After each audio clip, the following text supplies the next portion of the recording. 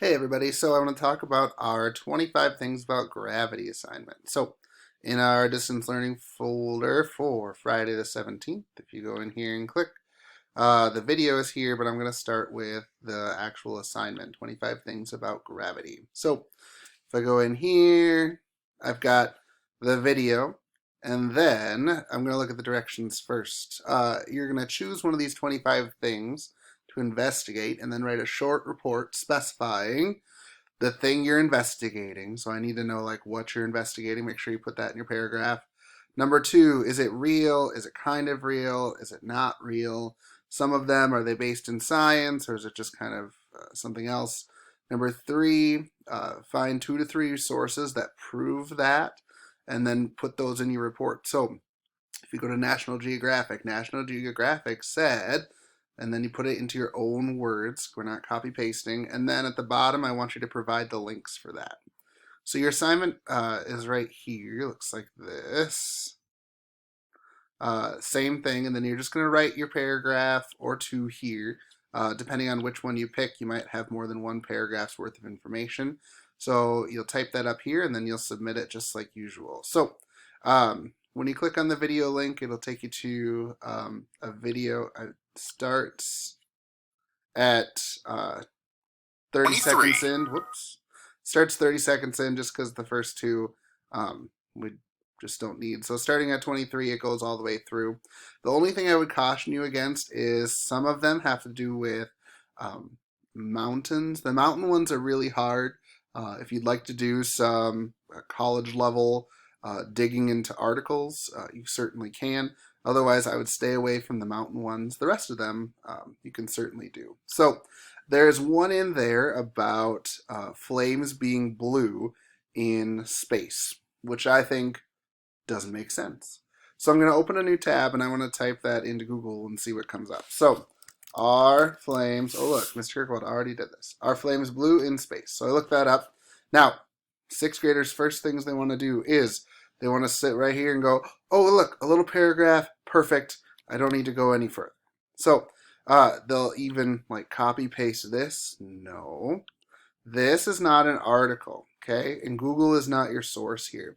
So even if this is a quality article that you like, this is still not the source that I want, or this is still not what I want you to just look at. I want you to go in and look at the whole article. And while you're looking at that, the first thing I notice is that it's a .com. I'd love a .org or a .gov, but if I can't find that, then I could use this one if I want to. So I'm going to go in and take a look at it and see what it looks like here. So I go in. I notice it's set up more like a blog post. Oh gosh, I've got cookie settings down here. Okay. I've got another pop-up there. Okay. Oh good. Stuff is blocked. That's great. So as I'm scrolling through this, starting to read some of the stuff I seem to know. Scrolling through, not a big fan. Look at all the ads on here. It's probably not the best website. Pictures look good, but they kind of look screenshotted, which makes me nervous that this is not the same thing as it, it's not, I don't know. So I'm going to scroll. Looks okay. A lot of block stuff, lots of pop-ups I'm not thrilled with. Then if I go down here, oh, conversation. Hi, can I suggest some edits from the standpoint of a physics teacher? So now we have a physics teacher going in here and correcting the article. Probably not the best one to be using. So I'm going to go back. Oh, good. It's even a website that locks you in. Definitely not one that I want to be using. So we'll go back in and Google are flames blue in space. Okay, so this article, even though it popped up first, probably not the best one. If a website's got so many ads on it, it's a .com.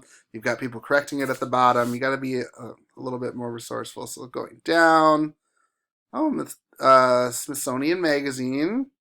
The Smithsonian is a good resource. We could click in and use that one.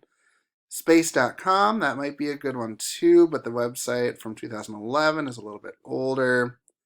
Ooh, Scientific American, it's an article. That one sounds good, but 2000, oof, that's kind of old.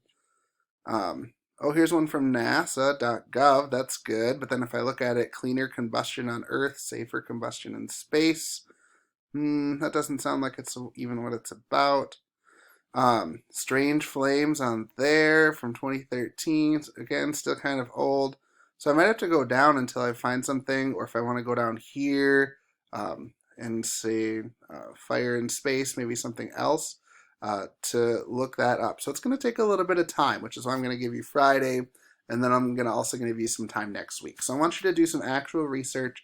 It's going to take a little bit of time, but it'll be worth it here to get some nonfiction science reading in. So if I go back to our assignment here, let me go back to, let's go all the way back to my homepage here.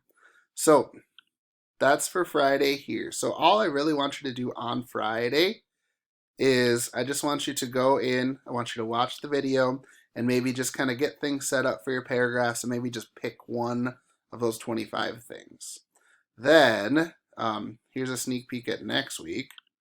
Next week, Monday and Tuesday, so the 20th and the 21st, both of those days are going to be work days. So I'm going to drag this down into the April 20th and 21st, so that way you can submit your assignment either on Monday or Tuesday next week. And then on Wednesday, we're starting something new. So if you have any questions about your 25 things or how to research or anything like that, please let Miss Mazuka or I know, and we can assist in any way. But I'm looking forward to reading your paragraphs and doing a little bit of research. So I will see you or talk to you guys later. Bye.